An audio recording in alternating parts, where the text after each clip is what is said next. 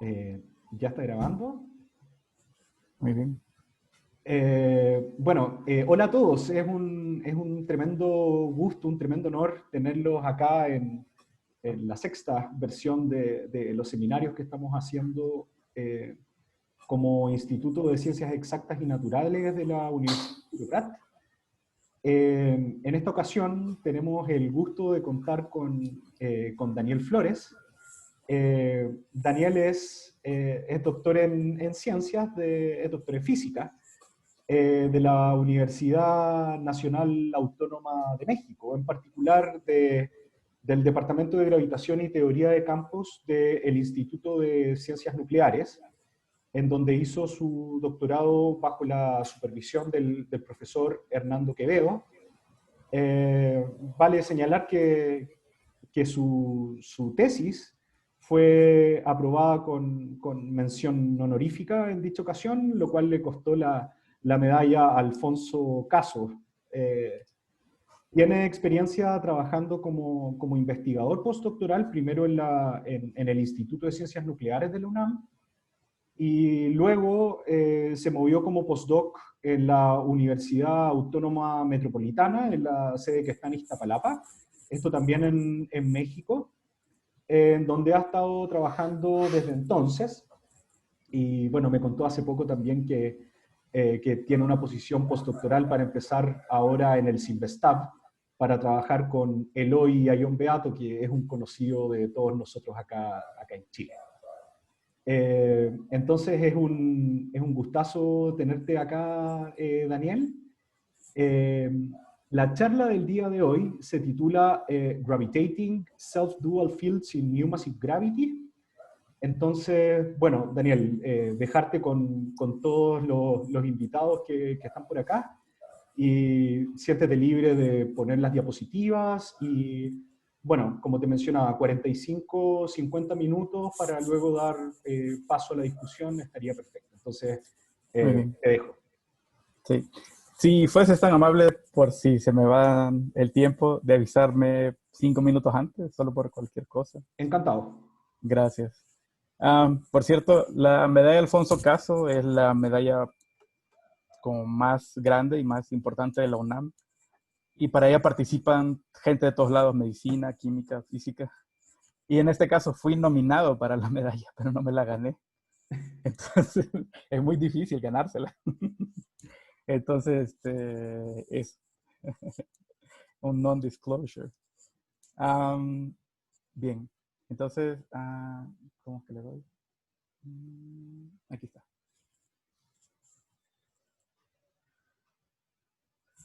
Listo.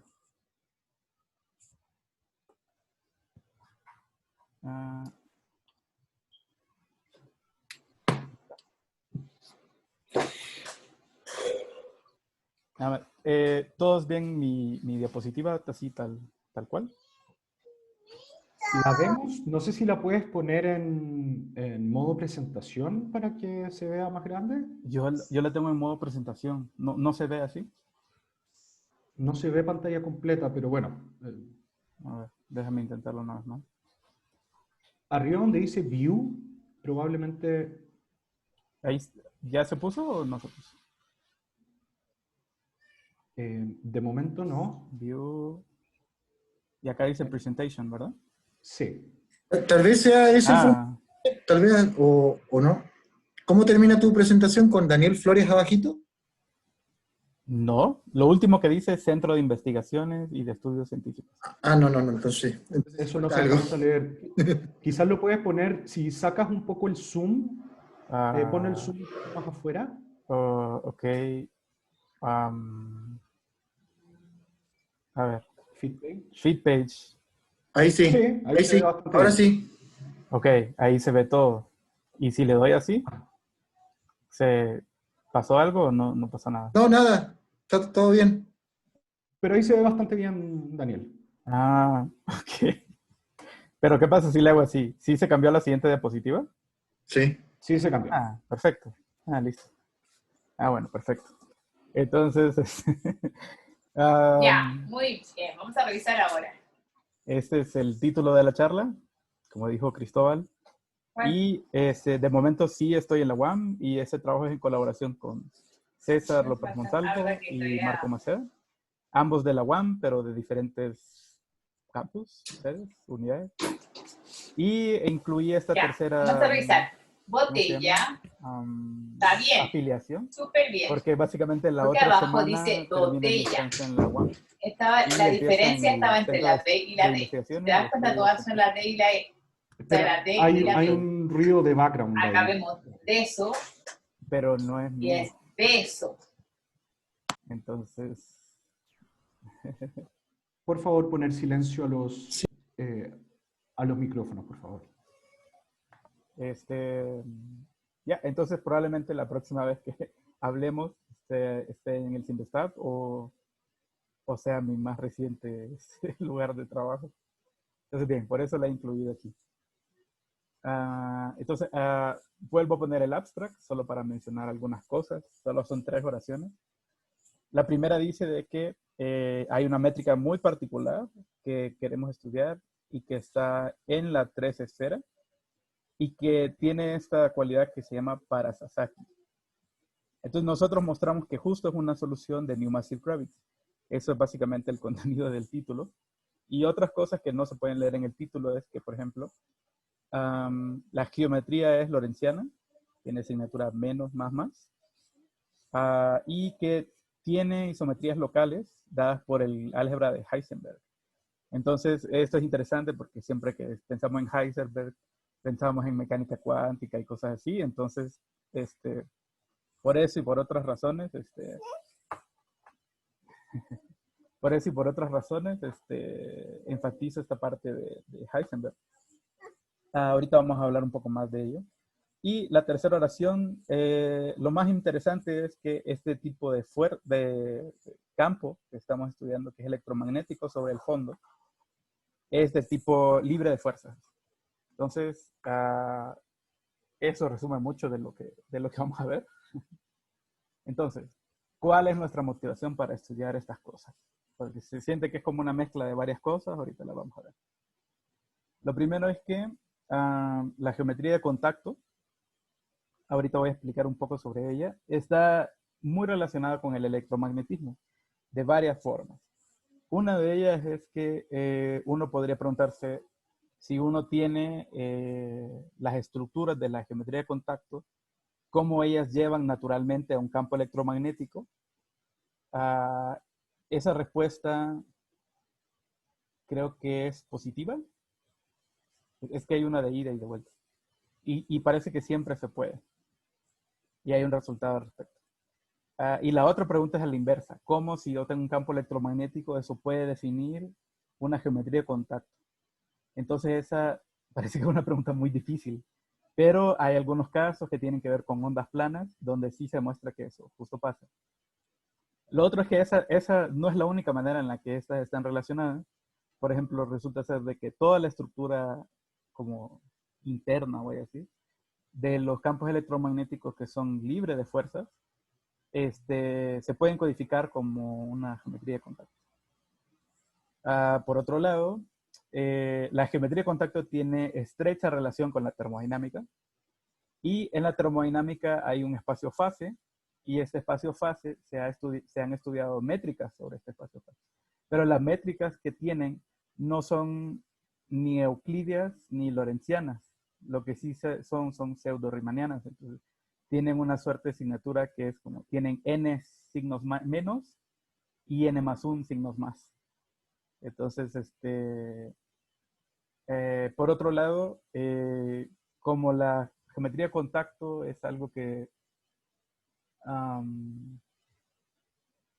uno estudia como de manera local, gracias a unas coordenadas especiales que siempre existen, que se llaman las coordenadas de Darboux, pero en realidad la estructura es global. El problema es que muy a menudo uno no sabe con qué tipo de topología está lidiando, a menos que sea trivial, por ejemplo, o algunos otros casos especiales que son muy específicos.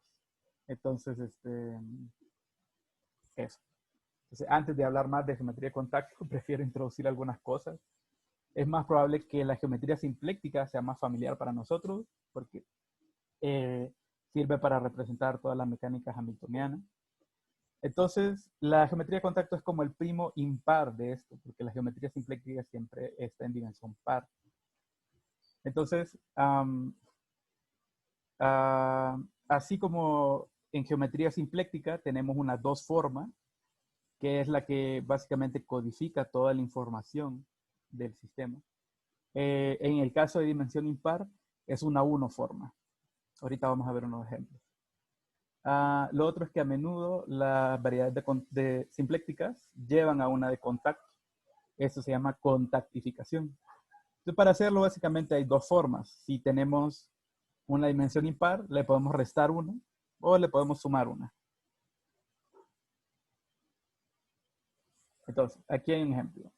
La dos esfera es un caso de una variedad simpléctica y esto que vemos aquí es justo la dos forma simpléctica de las dos esferas. Ahí está. Ahora, la tres esfera tiene una forma de contacto eta, que es esa que está aquí abajo. Aquí estamos usando ángulos de Euler para representar esta eta. Y justo sucede que si uno saca el diferencial de eta y uno se restringe a las dos esferas, que está dentro de las tres esferas, entonces uno recupera la forma simpléctica.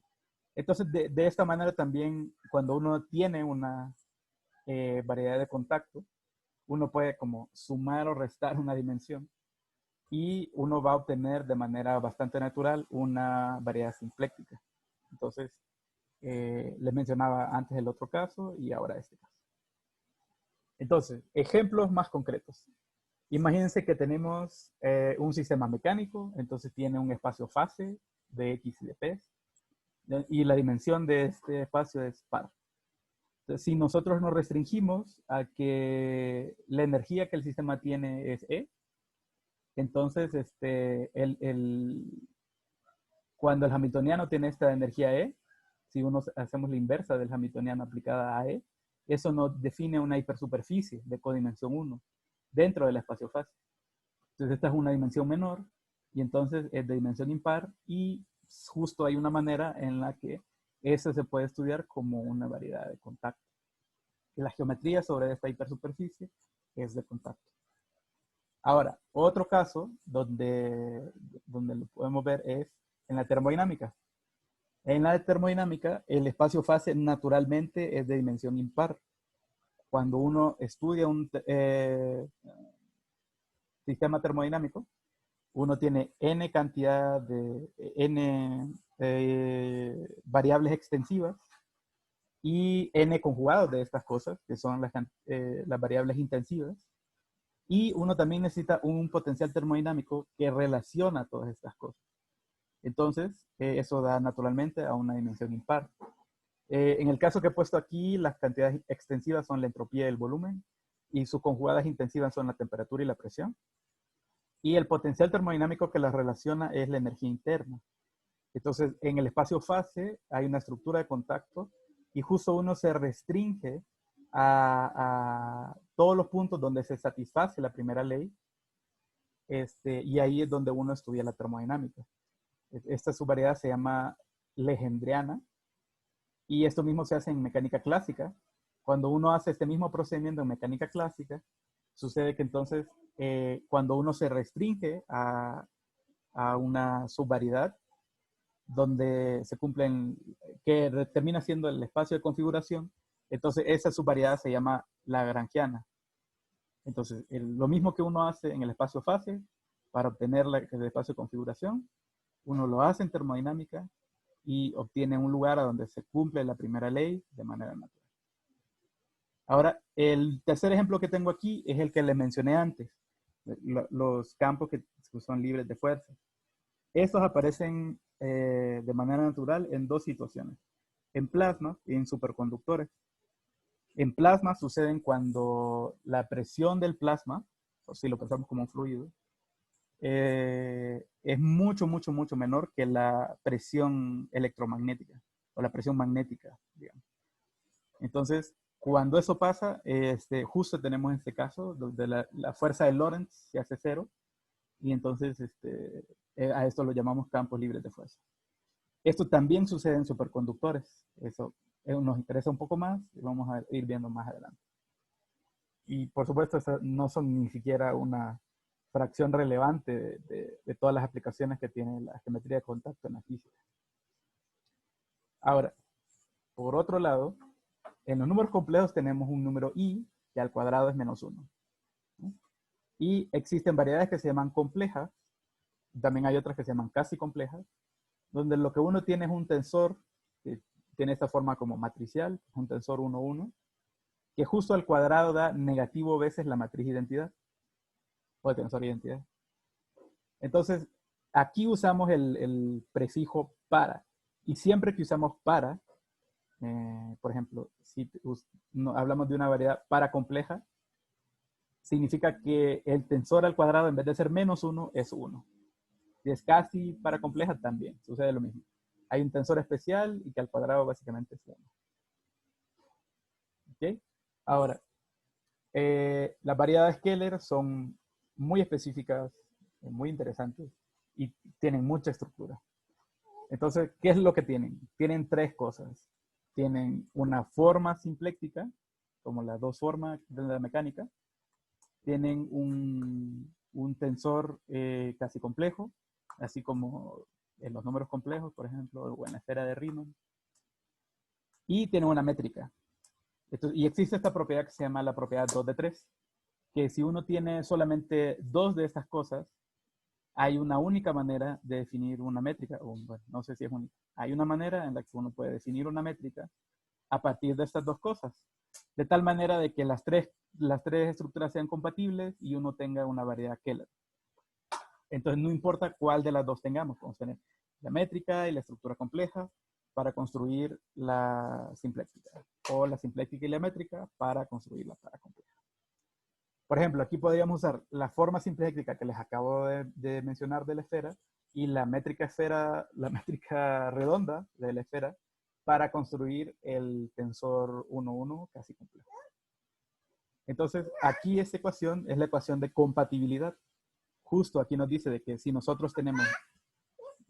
Qué bonito. Si nosotros tenemos J, que es el tensor casi complejo, y nosotros tenemos omega, la forma simpléctica, entonces nosotros podemos evaluarla como está a la derecha de esta ecuación y justo obtener la métrica Keller sobre la esfera. Y si usamos la J estándar, la omega estándar, lo que vamos a obtener es la métrica redonda al lado izquierdo en esta ecuación. Ahora, esto también se vale para Keller, también vale para cosas que son Sasaki, que básicamente son los primos de dimensión impar, y también para Sasaki.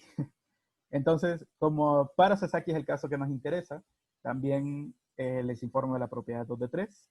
Nosotros podemos tener el tensor casi para contacto, podemos tener la forma de contacto y obtener una métrica. O las alternativas que aquí muestro. Siempre que tengamos 2 de 3. Ahora, la condición de compatibilidad es un poco más complicada en este caso, pero la pongo aquí abajo. Y es justo eso. Eta es la forma de contacto y phi o bar phi es el tensor 1, 1 que llamamos casi para contacto. Entonces, he separado la charla en 3 partes y esta es la primera parte, después de las cosas básicas. Entonces, escogemos la forma de contacto estándar sobre la 3 esfera. En ese sentido, no estamos haciendo nada exótico, sino que nos vamos con las cosas estándar. Entonces, todo el objetivo de esta primera parte 1 es que uno puede escoger un tensor phi y obtener una nueva métrica que es lorentziana a partir de la relación de compatibilidad y otra relación que se llama la relación de asociatividad. Bueno, justo, una métrica se llama asociada si además de ser compatible cumple con esta relación. Si se fijan, esta relación es muy parecida a la que hay en el caso de dimensión impar y es un poco más práctica en el sentido de que si tenemos eta y si tenemos phi, justo podemos construir el lado derecho de esta ecuación para obtener la métrica. Entonces, antes de seguir, nada más quiero mencionar de que hay una base vectorial que nosotros llamamos la base de Heisenberg, que es la base del espacio tangente de la tres esfera. Y justo tiene tres vectores, Psi, Q y P. Entonces, Psi es un vector muy especial y existe siempre en las variedades de contacto. Aquí he puesto un asterisco porque, no sé, tal vez si es de dimensión infinita o alguna otra rareza existe, tal vez no está garantizada su existencia. Eso, cuando es más complicado, quién sabe. Pero al menos en los casos sencillos y domados, uno siempre puede definir un vector de Reed. Y el vector de Reed justo se define con estas condiciones que pongo acá. Estas son todas las ecuaciones necesarias para definir las componentes del vector de Reed. Cuando se hace el producto interno con el eta es 1 y cuando se hace con el diferencial de eta es 0. Entonces, en el caso de la esfera, justo es a lo largo de la dirección psi, que es cuando uno tiene la fibración de Hopf y se imagina la 3 esfera como un producto local de la 2 esfera y un círculo. Entonces, la coordenada que va a lo largo de ese círculo es esta psi que está aquí. Entonces, justo el Reed va en esta dirección. Entonces, las direcciones P y Q son aniquiladas por eta. Entonces, uno puede encontrar que básicamente la manera más fácil de hacer de que eta sea 0 es de que solo haya una dirección a lo largo de teta, por ejemplo. Y la otra es que justo tenga esta forma que tiene Q para que justo se reste y se cancele con el eta.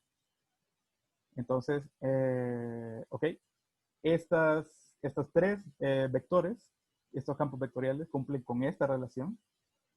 Y justo resulta ser el álgebra de Heisenberg.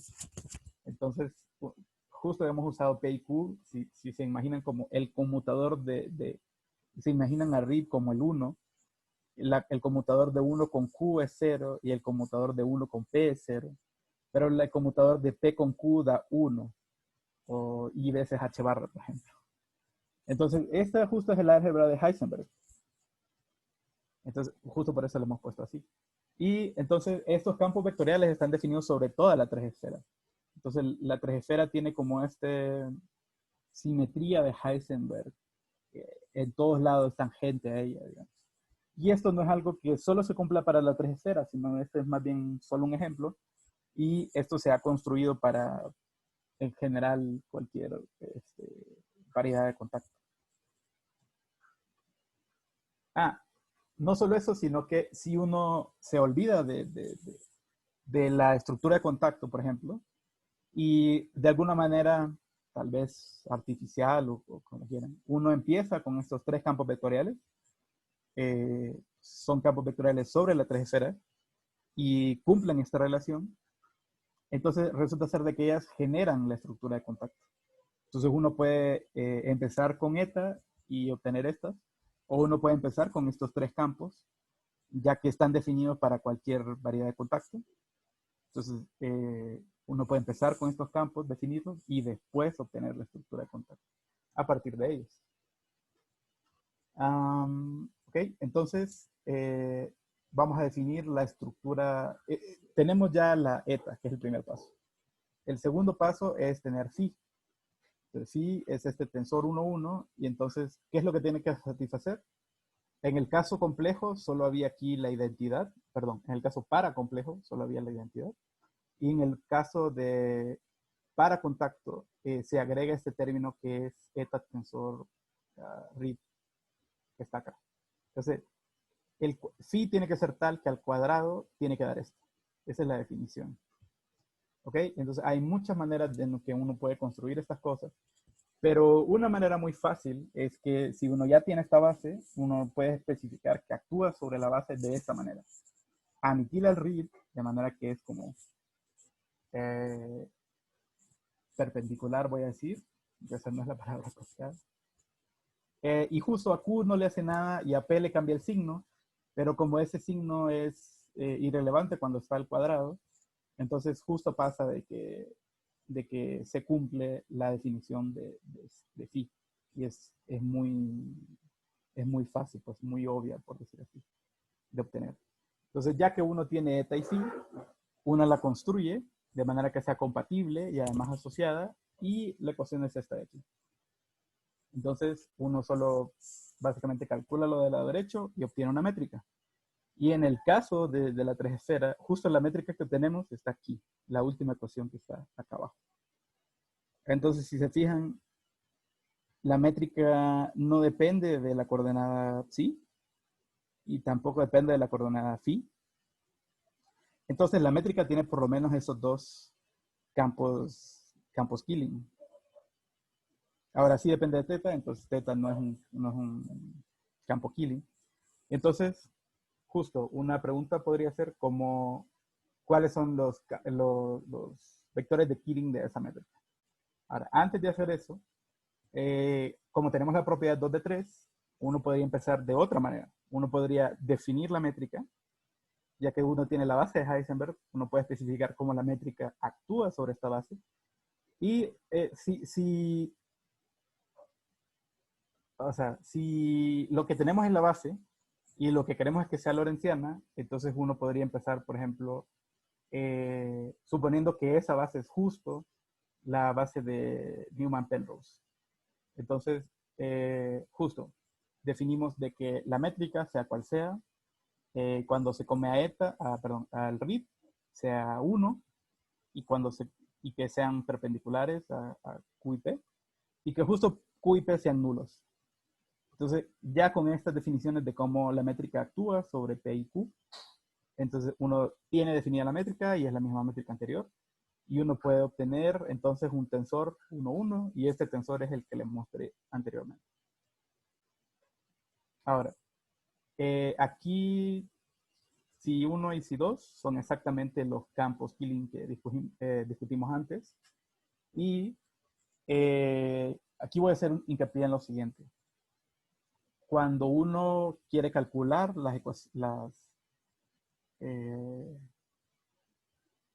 los campos de Killing, uno escribe unas ecuaciones diferenciales y las resuelve, pero estas ecuaciones diferenciales son de carácter local. Entonces, cuando uno resuelve las ecuaciones, uno tiene soluciones. Bueno, sí.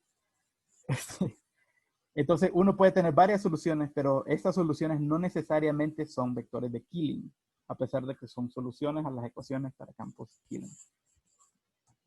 Entonces, vamos a seguir para ver si esto se aclara un poco. Primero, vemos de que con estas 4 soluciones, vemos de que ellas interactúan entre sí de esta manera. El que cumplan con estos brackets de Lie quiere decir que 1, 2 y 3 justo satisfacen el álgebra de Heisenberg. Entonces, con esta métrica, el álgebra de Heisenberg es también un álgebra de isometría local. Y cuando uno agrega la última solución, uno lo que ve es que actúa con brackets de Lie sobre los demás, justo como actúa el tensor 1, 1. Aniquila al Si1, deja idéntico al Si3 y le cambia el signo al Si2. Entonces, justo hace como esta reflexión de esos campos, tal y como lo hace el campo phi, el tensor phi. El tensor bar phi. Bien, entonces, justo, tenemos el álgebra de Heisenberg, pero está extendida justo por esta de acá abajo. Y entonces, esto lo que nos quiere decir es que como estos brackets de Lie solo son locales, lo que uno tiene que hacer es justo inspeccionar estas soluciones para ver si todas son soluciones globales. Las primeras 2 no tienen ningún problema, y justo lo discutimos antes, como la métrica no depende de esas coordenadas, son campos Killing. Pero estas soluciones 3 y 4 justo tienen un problema por esta dependencia de phi que tienen ahí. Cuando uno tiene la tres esfera, phi está identificado con 2pi. Entonces, por ejemplo, 0 y 2pi son el mismo punto. Sin embargo, eso no se ve reflejado en las soluciones 3 y 4. Entonces, esto quiere decir que aunque sean soluciones de las ecuaciones, ellos en realidad no son campos Killing, porque hay un punto donde no están, bueno, hay varios puntos donde ellos no son univaluados. Entonces, en realidad ellos no son campos Killing. Entonces, los únicos dos verdaderos campos Killing que hay sobre la métrica son phi y phi. Ahora, esto nos dice que justo el grupo de isometría de la métrica es 1 por 1, que es un grupo compacto, y justo resulta ser de que hay un teorema que dice que si una variedad es, a menos que esté arruinando la premisa del teorema, es que si es compacta y simplemente conexa, entonces tiene que ser a fuerzas compacto su grupo de isometría. Entonces, si no nos hubiéramos dado cuenta que estos dos en realidad no son soluciones, tendríamos una contradicción. No puede ser, entonces justo la solución es esta, que en realidad 3 y 4 no son campos Killing, entonces justo sí tenemos un grupo compacto de isometría. Ahora, ¿eso qué es lo que nos dice?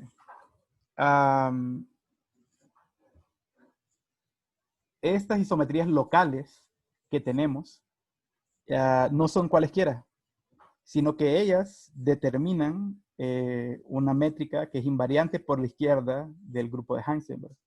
Entonces resulta ser de que se conoce que hay exactamente 3 métricas que cumplen con eso. Una de ellas es Minkowski. Entonces, bien, esta métrica no es Minkowski.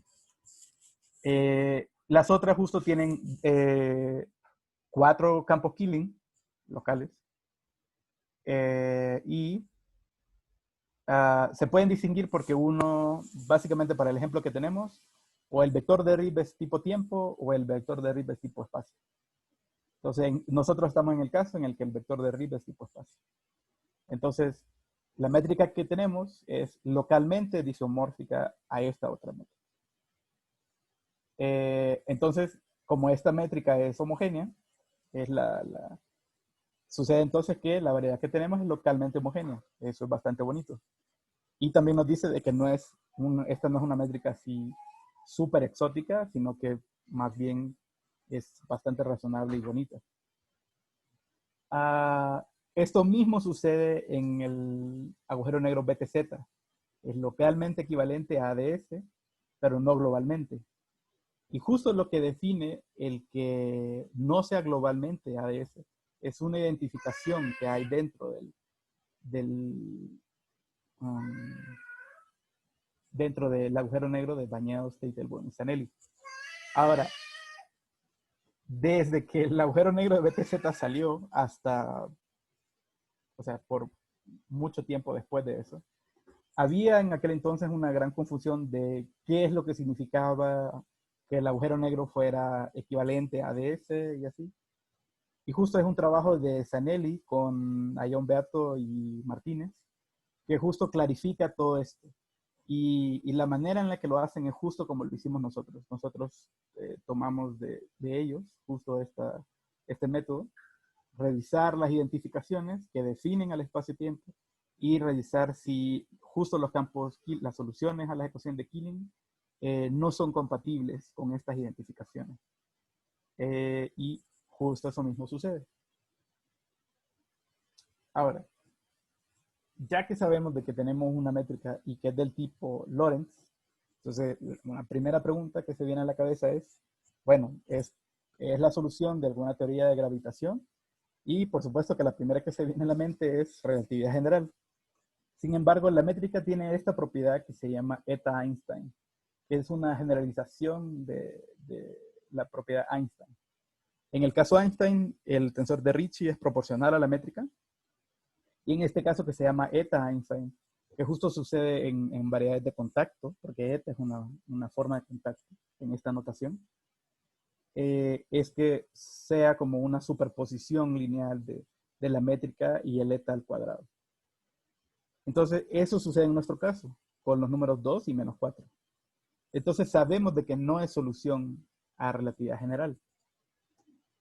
Ahora, entonces, justo lo que hacemos es, bueno, escogemos otra teoría y hemos elegido New Massive Gravity. Entonces, New Massive Gravity es la única teoría cuadrática en la curvatura en 3 dimensiones que es libre de fantasmas. Entonces, esa propiedad nos gusta. Entonces, esa es la acción de New Massive Gravity. Los parámetros son justo lambda, que es la constante cosmológica, y m al cuadrado, que cuando uno estudia el caso plano o asintóticamente plano, se puede entender como la masa de un gravitón, porque justo la teoría es equivalente a la teoría de Fierz-Pauli, en este caso linealizado. Entonces, es de costumbre que m al cuadrado sea la manera en la que se parametriza esta constante de acoplamiento. Sin embargo, m cuadrado puede ser positiva o negativa en cualquier momento. No tiene por qué ser positiva, solo porque usamos la notación m cuadrado. Ahora, nosotros vemos de que si enchufamos la métrica, las ecuaciones de movimiento, justo sucede que es solución siempre y cuando lambda tenga este valor y la masa tenga este valor. Si se fijan, sucede que la masa m al cuadrado es 21 veces la constante cosmológica. Y aquí este parámetro L que estamos usando se debe a que, bueno, como ahora nos interesan las escalas de distancia, entonces le pusimos L cuadrado enfrente a la métrica para que justo pudiéramos definir una distancia. O sea, no solo es una métrica abstracta la que nos interesa, sino es algo más físico. Entonces mejor le pusimos L cuadrado enfrente para que tuviera sentido. Bien. Justo esto concluye la primera parte. Entonces lo que hemos visto es de que hay una nueva métrica que se puede poner encima de la 3 esfera, y esta métrica, como es localmente la métrica de Heisenberg, pero con signatura lorentziana, entonces es solución a New Massive Gravity con estos valores de aquí. Bien, parte 2. Esta parte 2 está un poco divorciada, voy a decir, de la parte 1, en el sentido de que nada de lo que escribimos ahorita tiene que ver con New Massive Gravity, y nada de lo que escribimos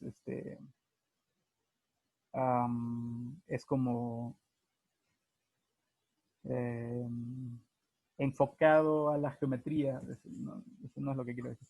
O sea, en la primera parte, la estrella de todo es la métrica. Aquí, en esta segunda parte, la métrica juega un rol más auxiliar, aunque es crítico para lo que vamos a ver.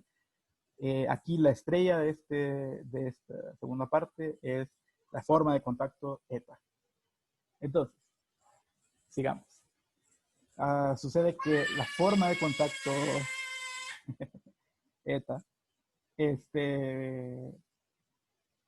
a ver, no tengo.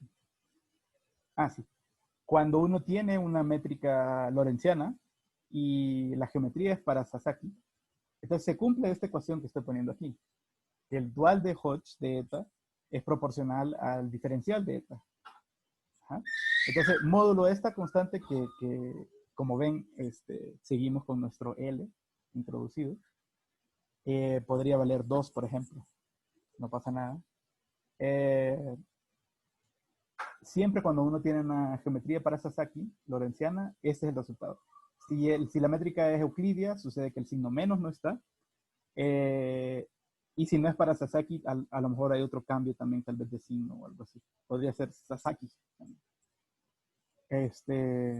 Bien, pero en el caso que nos interesa, que es para Sasaki y lorentziana, se cumple esta relación aquí. Ahora, esta relación es altamente sugestiva. Y si no les ha parecido así, ahorita les voy a contar por qué. Si nosotros pensamos en eta como un potencial vectorial para un campo de Maxwell, entonces justo la relación ahora toma esta forma. Entonces, estrella A igual a o proporcional a F es exactamente la condición de autodualidad en dimensión 3. Entonces, claro, en dimensión 4, que es a lo que estamos acostumbrados, tenemos que estrella F es igual o proporcional a F, digamos. Pero en dimensión 3, justo la relación de autodualidad es esta que está aquí. ¿Okay?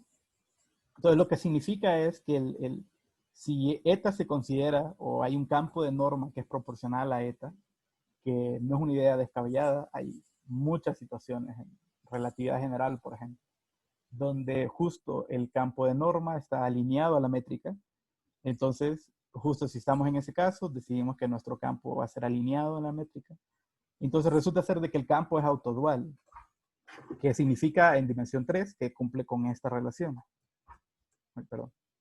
Ahora, si se ven aquí la relación como no es entre F y estrella F, sino que es entre F y estrella A, entonces resulta ser de que en general esta relación es gauge dependent. Sin embargo, sí hay un caso donde esta relación es independiente completamente de la norma. Y esto sucede cuando el campo es del tipo Tarkal. Tarkal es un apellido checo y ni siquiera sé si estoy pronunciando eso bien, pero si el campo es tarkaliano, justo sucede que la autodualidad es invariante de norma. Entonces, ¿qué significa que un campo sea Beltrami? Un campo es Beltrami, y esto puede ser hidrodinámica, puede ser electromagnetismo, puede ser cualquier cosa. Un campo se llama Beltrami cuando se cumple esta relación. O sea que uno aplica el operador de Beltrami de una métrica al campo y el resultado es proporcional al campo. Ahora, cuando esta eigenfunción es constante, en vez de llamarlo Beltrami, porque es un caso muy especial, justo la llamamos tarkaliano. Entonces, checamos esto. Entonces, tenemos otra vez la misma relación que teníamos antes y aplicamos algunas derivadas y justo llegamos a la segunda ecuación. Esta segunda ecuación nos dice que el campo es tarkaliano. El campo electromagnético es tarkaliano. Otra cosa es que este tipo de ecuación es exactamente el tipo de ecuación que cumple un campo magnético que es superconductor. Entonces, esto nos parece muy interesante. Y este signo menos de ahí justo es el que nos dice que es del tipo superconductor.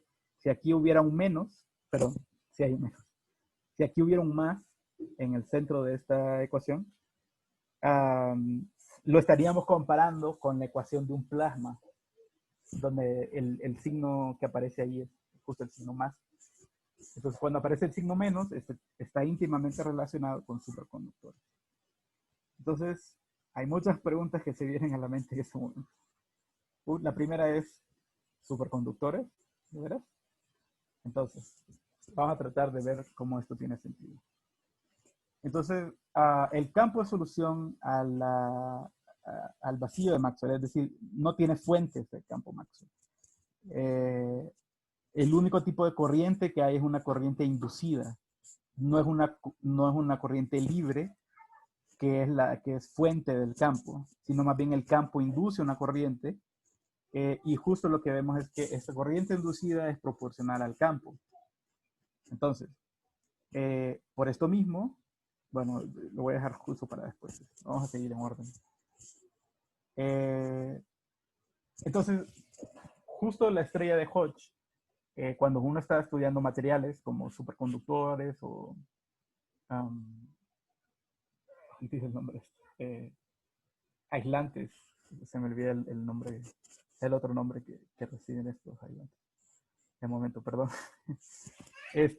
Justo entonces los materiales se pueden representar por una estrella de Hodge. Y entonces justo lo que tenemos es que la relación constitutiva es esta de aquí. Y esta no es cualquier ecuación. Esta es la ecuación de London.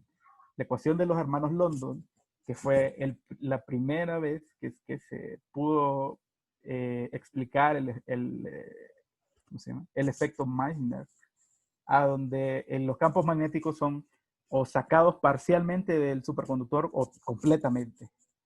Entonces, cuando parcialmente penetra el superconductor al material, el campo al material, esta distancia se llama la distancia de penetración de London. Y justo es lo que aparece en las ecuaciones, aquí. 4 entre L al cuadrado es el inverso de eso, al cuadrado. Entonces, esta es la ecuación de London, ni más ni menos. Y L medios es lo que corresponde, si hacemos la analogía, a la longitud de penetración de London. Ahora, la segunda es libre de fuerza. ¿Qué significa eso? Entonces, en el caso de plasmas, habíamos discutido que justo si la presión magnética es superior, por mucho, a la presión del plasma, entonces la presión del plasma es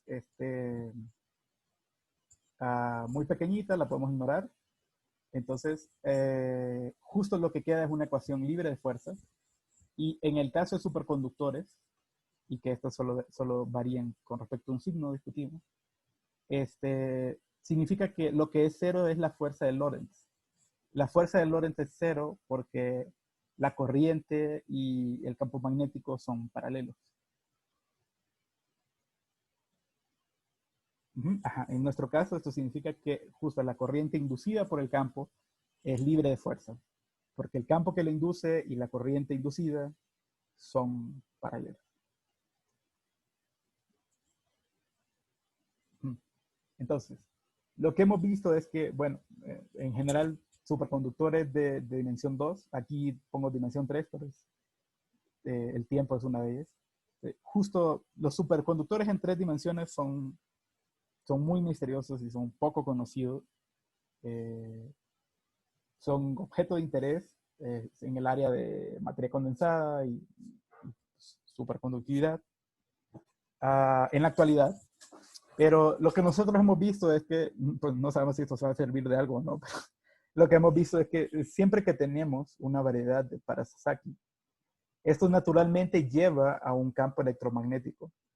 Y la relación constitutiva que sale justo se puede interpretar como la de un superconductor. En otras palabras, las variedades de Parasasaki con signatura Lorentz son como análogos a materiales superconductores. Ahora, en el caso de nosotros que tenemos una esfera, y justo por tener topología no trivial, calculamos la helicidad de esta cosa, que es una cantidad que solo puede tomar valores enteros, digamos, o solo puede ser una cantidad como la carga multiplicada por un número entero. La helicidad no es trivial, es decir, que no es cero. Entonces sí hay helicidad dentro de esta cosa. Lo que quiere significar es que hay como una especie de vórtice dentro del superconductor. Aquí el campo de Maxwell es el que provee de la vorticidad. Y justo estos vórtices son configuraciones no triviales. Bien. Esta es la última parte de la plática, es la parte 3, donde tratamos de justo unir estas dos cosas. ¿Y cuáles son las dos cosas? Esta nueva métrica de la cual les he hablado, es solución de una teoría de gravedad, en específico hemos visto que es una solución de vacío de New Massive Gravity, y por otro lado vemos que la forma de contacto da lugar a un campo de Maxwell y que justo satisface la ecuación de London, no solo para la esfera que nosotros tenemos, sino que en general es así. Ok, entonces lo que queremos ahora es unir estas dos cosas y ver si el campo, que de todos modos está ahí, o sea, no lo podemos quitar, es parte de la configuración, la podemos hacer autogravitar. Entonces, ¿y cuál es como el mecanismo para que obtengamos estas ecuaciones de movimiento de manera limpia de una acción? Entonces, una opción obvia es la teoría de Maxwell-Chern-Simons, justo porque la corriente es proporcional a la corriente. Y otra alternativa es que estudiemos la teoría abeliana de Higgs, porque justo Maxwell-Higgs es como, bueno,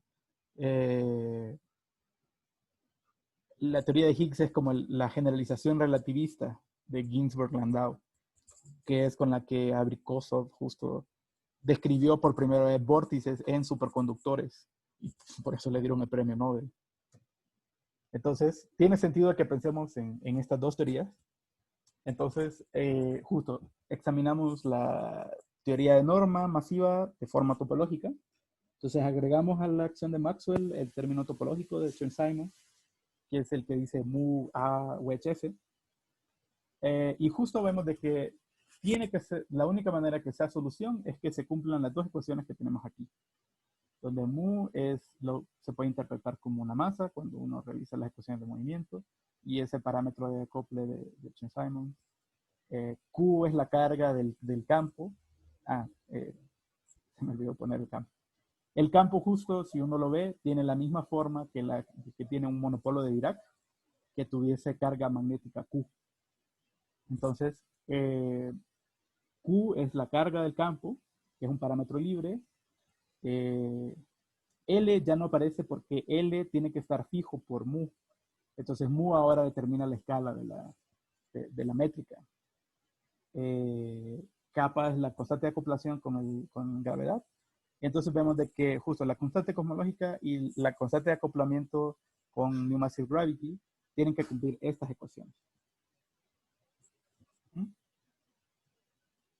Ahora, si cambiamos de teoría y usamos la teoría de Maxwell-Higgs, vemos de que el potencial está determinado, el potencial V o V, está determinado por phi a la cuarta.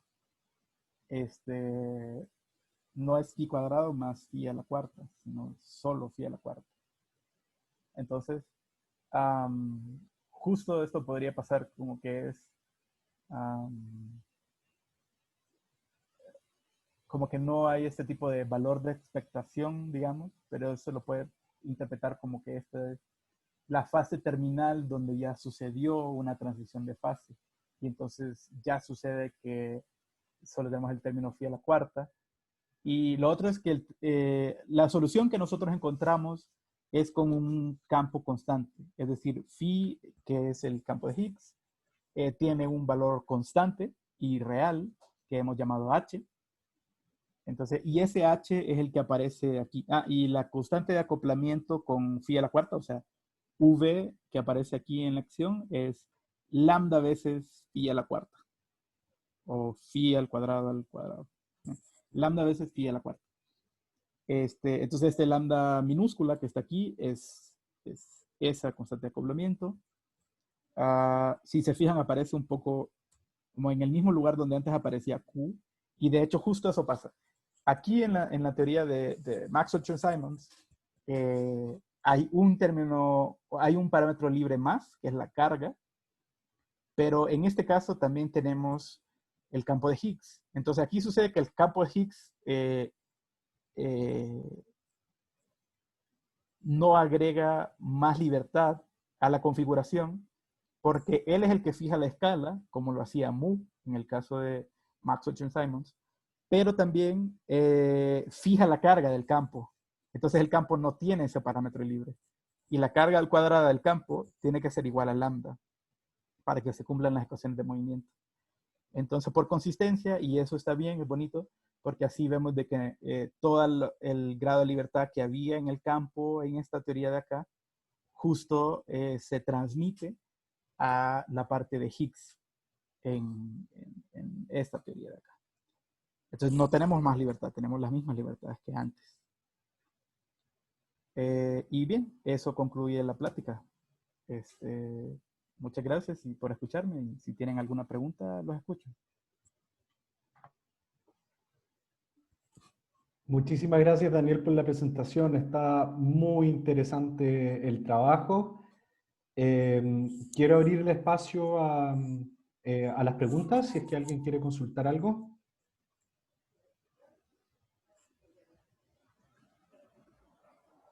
Demos unos momentos.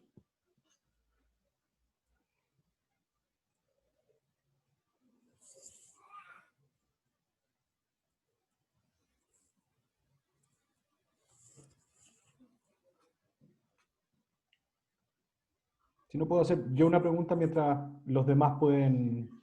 yo tengo una pregunta. Adelante. Hola.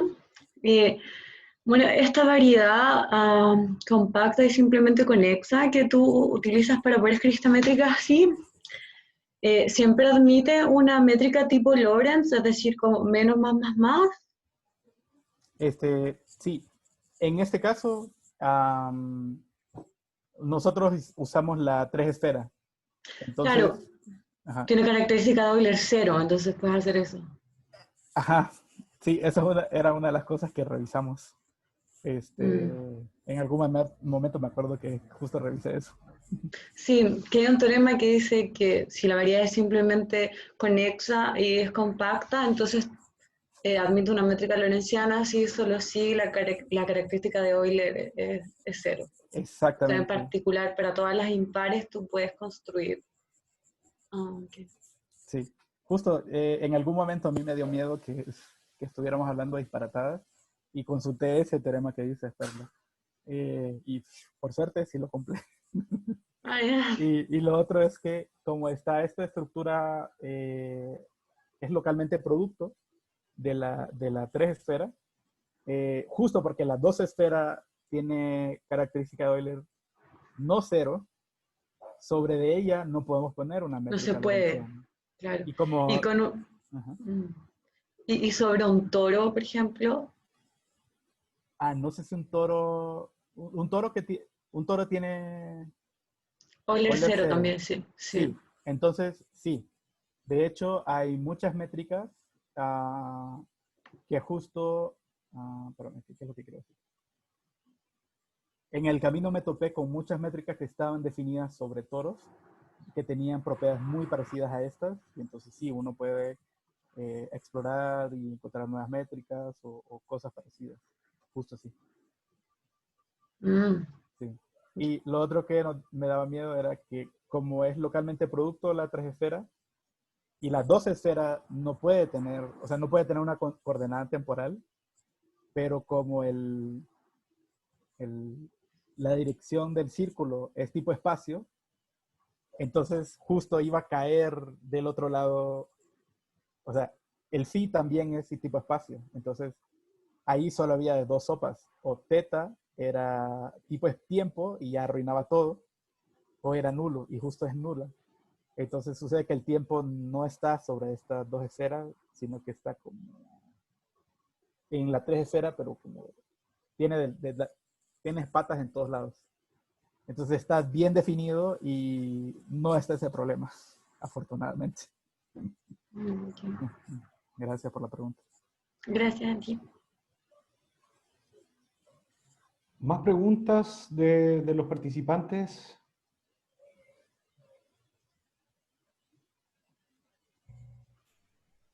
Hola, no sé si puedo hacer una pregunta. Espero que sí. Hola, Pedro. Hola, hola. Una consulta, bueno, de pura curiosidad solamente. Entonces, yo entendí que entonces tú nos mostrabas que estas teorías como Topological Immersive Gravity tenían esta geometría. Sí.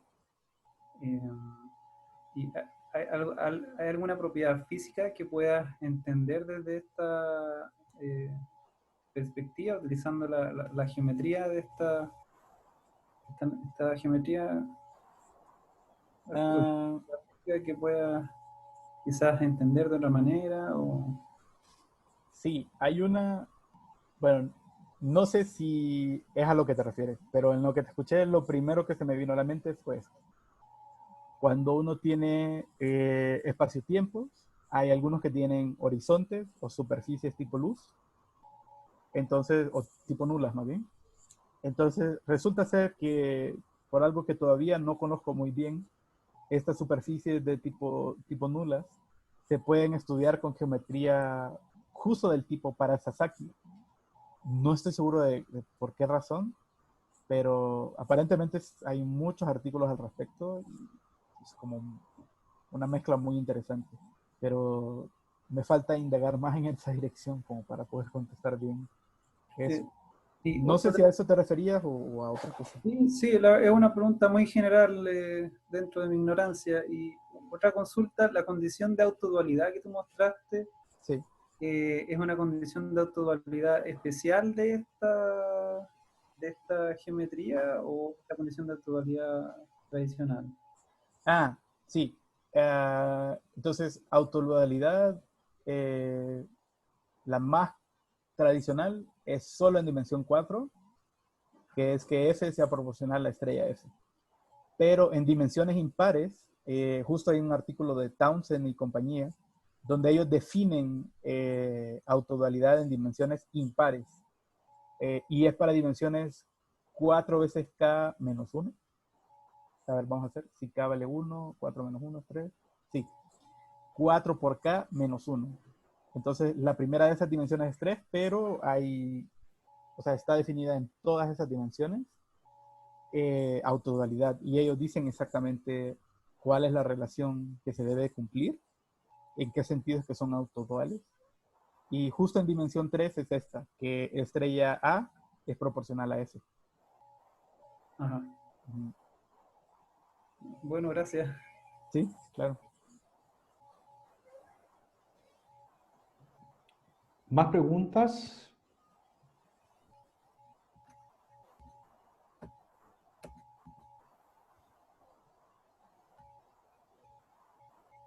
¿Más preguntas por ahí?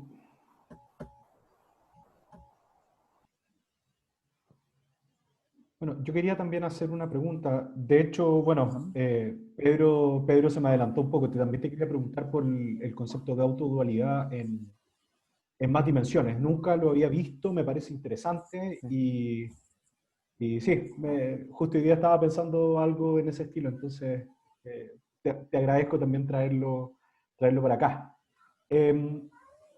No me quedó completamente claro la manera en cómo le dabas la vuelta de que la autodualidad era gauge dependent. Le pedías algo más al campo que tenía que ver con derivadas de él. ¿Cómo, si pudieras repetir eso de nuevo? Sí, claro. Primero, todos pueden ver mi pantalla que es sombreada una referencia que dice 19. No. No. Al menos yo no. ¿Qué se ve en mi pantalla ahorita? Muchas gracias, preguntas. Oh. ¿Cómo? Es imposible. ¿Cómo? Ah, ya sé qué hice. Dame un segundo. Ya. Cuando le di clic, no le di clic a todo, sino solo a la presentación.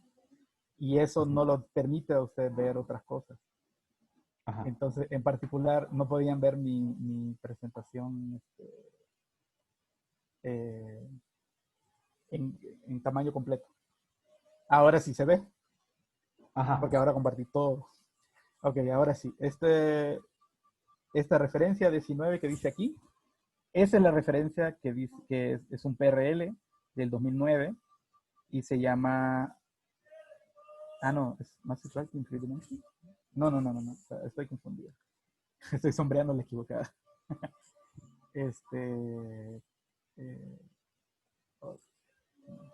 Esta. Townsend, Pilch y... Uy, mi alemán está pésimo. Profesor. Nyoy Wen. Bueno, es un PLB de 1984. Y justo se llama así, autodualidad en dimensiones impares. Y el paper tiene 400 citas. Yo tampoco lo conocía. Y me pareció muy sorprendente que fuera un paper tan conocido y que la autodualidad en dimensiones impares fuera tan impopular. Sí, nadie sabe esto, nadie sabe que existe la autodualidad en dimensiones impares. Aunque la evidencia parece contradecir eso porque tiene 400 citas. Justo, ahí está definida y ahí está definida para 4K menos 1 dimensiones. Sí. El resultado por el cual me preguntas, lo leí si te fijas aquí hay un addendum de la misma letra que los mismos autores hacen. Alguien creo que les hizo un comentario o algo así. Y justo ellos contestaron diciendo que es cierto que es como gauge dependent, pero hay una situación en la que es gauge independent y el campo tiene que cumplir cierta propiedad. Entonces, si tú lo dejas completamente libre para cualquier campo que se te ocurra en dimensión impar. Bueno, en esas dimensiones, si es autodual, eso sí es dependiente de la norma. Sí es así. Sin embargo, si te restringes a todos los campos que son del tipo Tarkal, entonces por la propiedad que ellos tienen, entonces resulta ser de que, creo que uno podría pensarlo como que si A es proporcional a estrella F, entonces la condición de autodualidad es como que estrella F es de F. No, como que D. A ver, déjame la vuelvo a poner. Sí, o sea, como que uno puede sustituir A por otra F. Perdón. Pero tenías Tengo que, parar esto. era estrella A proporcional a F, ¿cierto? Sí, sí. Entonces, en ese caso es como un campo de gauge que satisface como el gauge de Lorentz, ¿no? O sea, si le tomo la derivada Sí, exterior a ambos lados, es como el gauge de Lorentz. sí, justo, perdón, que la ventanita de Zoom, no sé cómo moverla y no puedo como acceder a mis... ya sé, control, alt, tab. ¿Cómo era esto? Sí, alt, tab. Esto.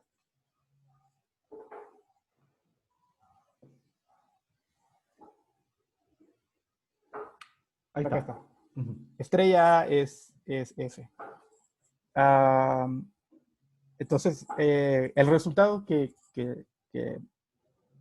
está en el adendum y que también está en otro libro, que ahorita le puedo dar la referencia, es que si es tarkaliano, o sea, si el campo cumple con esta ecuación que está acá abajo, box menos una constante de estrella F igual a 0, entonces, si eso se cumple, entonces esta condición de acá arriba es gauge independent. Déjame ver si puedo ver ahorita por qué. A es una forma, estrella A es una dos formas.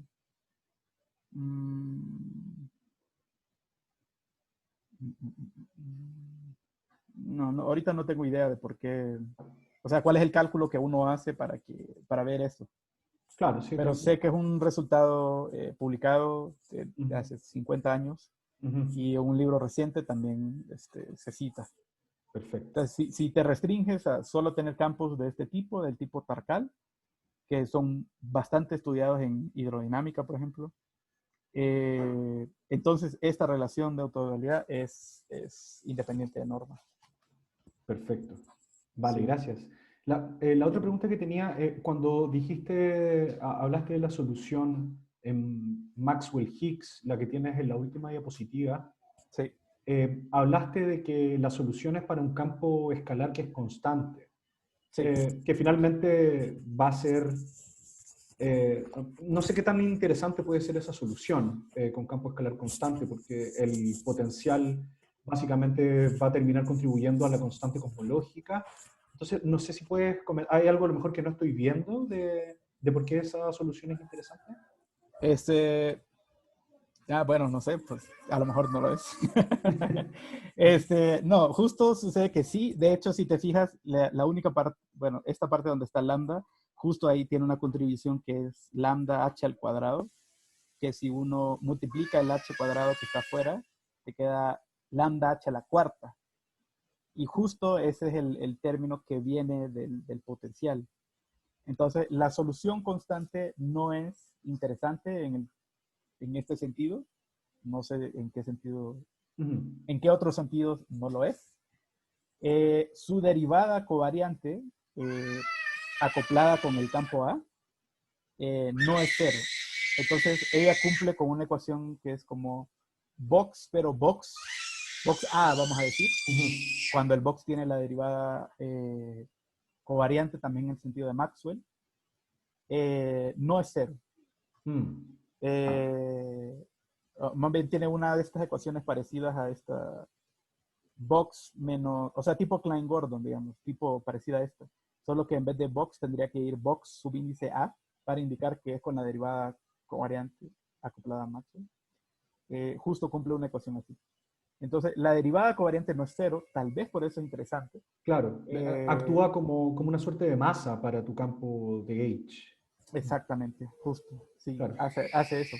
perfecto, Hace eso ya. para sí mismo y también para el otro campo. O sea, él cumple con una ecuación masiva, el campo escalar, y el campo de Maxwell también cumple también le provee masa Sí, al campo de sí, Maxwell. entiendo. O sea, Y lo para... otro es que si Ujú. tú ves las ecuaciones que se deben cumplir, a ojo se ve que si el campo es constante, hay solución. Creo que es- ya no sé, profesor, ahorita. Pero, o sea, es una solución que era obvia. O sea, la vimos y dijimos, aquí se ve que es una solución. Y lo otro es que sí, podrían haber muchas otras soluciones. Esta no tiene por qué ser la única. Pero Claro. esta estaba ahí a la mano, digamos.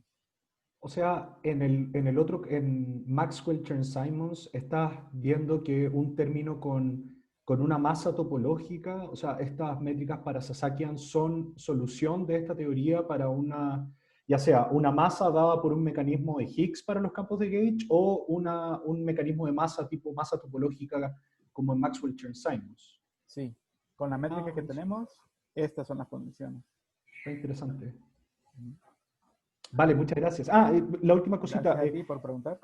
Te quería preguntar si sabes si hay, dado de que por lo que comentabas, estas métricas para Sasakian pueden tener, eh, se pueden interpretar en cierto sentido como con cosas similares que pasan en superconductividad.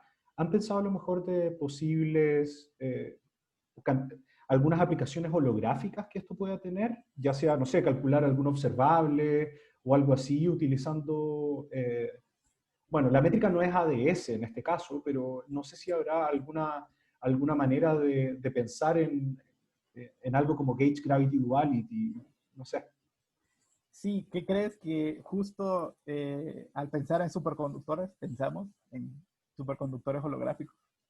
Mm, Eh, pero justo como que no, dentro de lo que hemos leído, están tangencialmente relacionados, pero no hay una cosa así que hayamos visto al menos, que diga, justo aquí cabe esto y hay que hacerlo.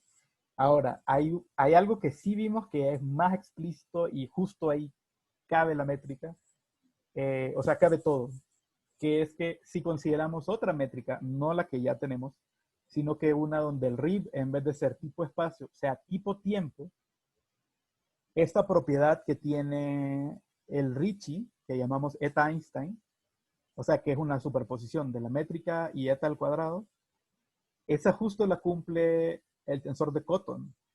mm, O sea, lo cumple en nuestro caso y eso, entre otras cosas, nos dice de que esta métrica que tenemos es tipo D. Entonces, también, si no están familiarizados con la clasificación de Petrov en dimensión 3, ujú, sí la hay y también hay tipo 1, 2, 3, D, N y O. Y les puedo dar una referencia de dónde buscarla y etcétera. Justo la métrica que tenemos es tipo D, entonces también nos pareció interesante. ujú, Y justo también es solución a Topological Massive Gravity, Exotic Massive Gravity, y si mm, uno mezcla New Massive Gravity y le pone el Cotton a la expresión de movimiento, también se cumplen. O sea, todas estas ecuaciones se cumplen. Entonces, si uno agarra la métrica y le cambia la asignatura, por decir así, aunque sea a mano, y se queda con el RIB, que sea tipo tiempo, sucede que cuando el Cotton se descompone en esta manera tipo eta Einstein, en realidad uno puede interpretar al Cotton como un tensor de energía-momento y lo que queda es un fluido perfecto, porque entonces como eta es como un U al cuadrado, por decir, y tienes la métrica y un U cuadrado, entonces eso te da un fluido perfecto. mm, Entonces, solo cuando eta es tipo tiempo. Entonces, eso parece que ya se ha estudiado y esta propiedad se llama Perfect Cotton Tensor, cuando se puede, y hay una interpretación holográfica y parece que también se puede relacionar con un montón de otras cosas. Así que parece que es interesante el resultado. Sí, sí, me parece bastante interesante. No sé si hay más preguntas de los participantes. ¿Alguno? Yo tengo una pregunta. Adelante. Es un detalle nomás, pero se me vino a la mente ahora que, bueno, yo igual tenía preguntas acerca de self-duality en dimensiones impares, Ajá. pero dado aquí chuta, justo sacaron el screen, quería ver Ah, perdón. era justo referente a eso, porque claro, en ese término, en la acción esta de Maxwell-Chern-Simons, Ajá. ahí si la estrella F es básicamente proporcional a A, entonces ahí se confina todo a una acción tipo Chern-Simons nomás, con un distinto constante acoplamiento, ¿verdad? Sí, exacto. De hecho, on-shell, o sea, si tú evalúas esto on-shell, da 0. O sea, no solo es que, o sea, no te va a quedar mu más otra constante como la constante proporcional y puro Chern-Simons, o también podrías pensarlo como puro Maxwell, porque va en las dos direcciones, ¿no? Sino que justo cuando sustituyes estrella F, lo que te queda es mu A, y entonces estas cosas se restan y te dan 0. Claro, es como un punto medio anómalo de la teoría. Sí, exacto. Sí. Y lo Sí, otro está es chistoso. que, claro, es un comentario nomás, pero yo no sé si hay unos trabajos de Nick Manton de hace harto tiempo igual, donde ahí hablan de una cuestión que se llama reducción dimensional equivariante, que es básicamente compactifican un funcional tipo Yang-Mills en un espacio producto, una variedad M, Sí. producto de una variedad Kähler, que son generalmente dimensiones impares. Entonces uno puede compactificar ahí, y lo que uno obtiene al final del día es básicamente Yang-Mills más la interacción de Higgs. Es bien bonito porque la interacción de Higgs aparece como un rompimiento de simetría, básicamente, cuando uno compactifica en un espacio que una variedad de tipo Kähler, digamos. Ajá. Entonces, yo no sé si tú alguna vez has visto que tú has estudiado esta forma de contacto, si es que esto mismo se ha generalizado para variedades de contacto, porque en ese caso, si bien entendí ahora, las variedades de contacto son de dimensión impar, ¿verdad? Sí. Entonces eso permitiría hacer como la otra parte del juego, digamos, compactificar, pero utilizando variedades que sean de dimensión impar. Sí. Tengo 3 contracomentarios. Gracias, Omar, por preguntar. Entonces, a ver, voy a ver si puedo...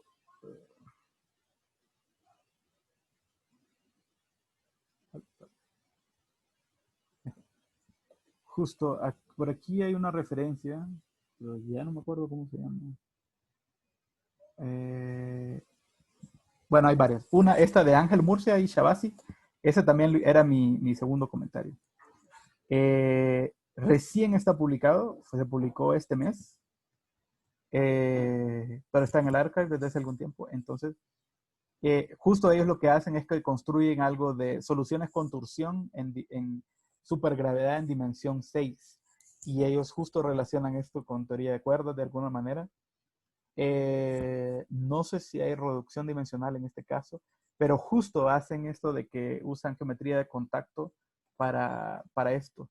Y ellos tienen una generalización de variedades que tienen métrica y que tienen estructura de contacto, que ellos llaman Epsilon Contact Metric Manifolds.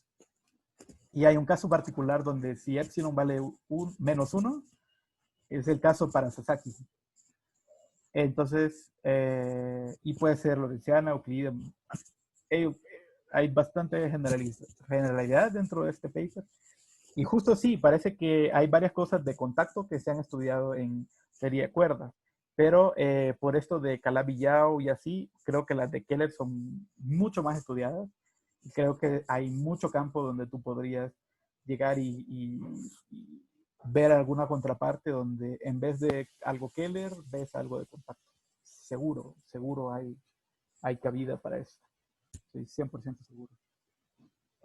Y la otra, no sé si encuentro, no me acuerdo cómo se llama tampoco. es... bueno, perdón, un mini comentario antes. Esas dos referencias que están aquí son donde uno puede encontrar la clasificación de Petrov para otras dimensiones, sobre todo dimensión 3.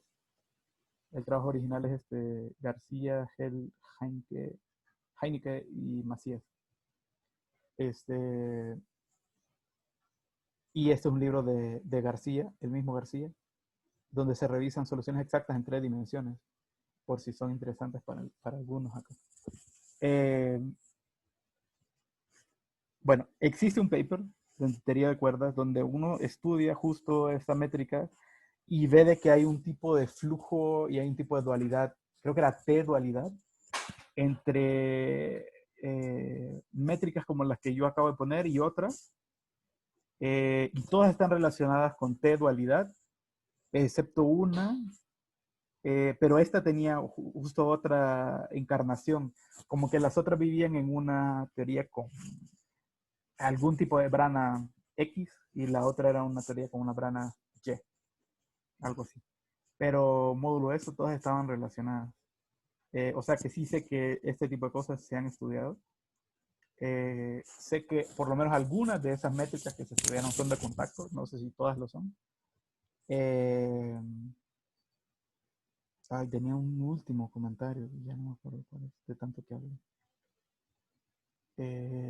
Bueno, lo siento, pero espero que mis comentarios estén gustados.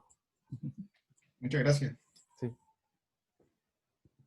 Bueno, si no hay más preguntas, entonces le agradecemos a Daniel su buena disposición y por darnos esta charla tan interesante. Así que estamos infinitamente agradecidos contigo, Daniel. Muchas gracias por mostrarnos este trabajo y bueno, nos veremos en la próxima. Yo creo que en 15 días más y ya les estaré comentando acerca de eso.